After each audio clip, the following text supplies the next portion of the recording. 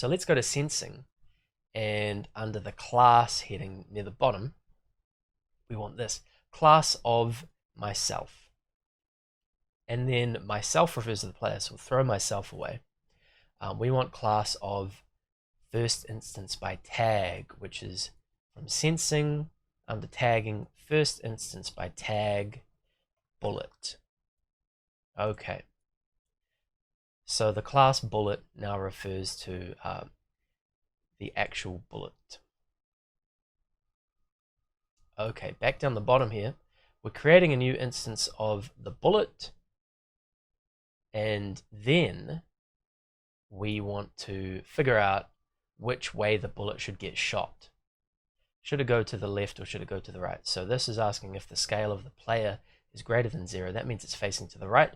Let's get rid of this first instance by tag player, because we're now working with the player, so we can just say if the scale x of myself is greater than 0, what are we going to do? We're going to position the bullet on myself plus these numbers.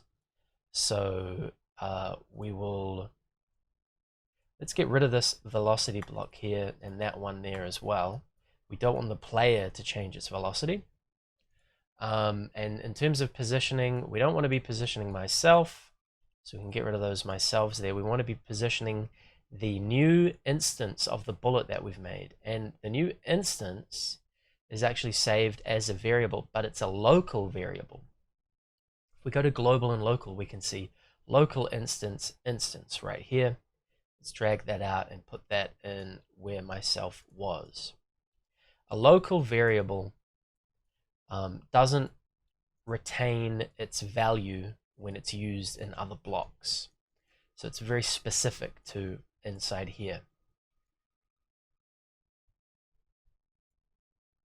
Okay, so we're setting the position of that instance of the bullet, and we don't need to say find the first instance by tag player, because we know the player is myself. So we can just go ahead and put myself in the rest of these blocks. And same thing here. If I'm facing left, I'll position the bullet to the left. Okay, let's test this out now and see if we can create clones of the bullet.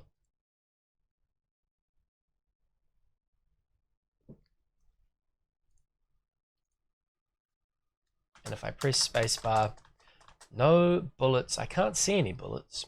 If we turn on debug mode, we can actually see the level members is increasing each time I press spacebar, which is good, but they're probably invisible right now because we did tell them to go invisible. If we look at the projectile script, they're going invisible when they're created.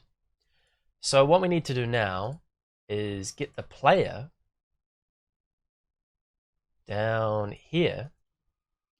We'll get the player to send some information to the bullet to tell it where to shoot and to turn itself on.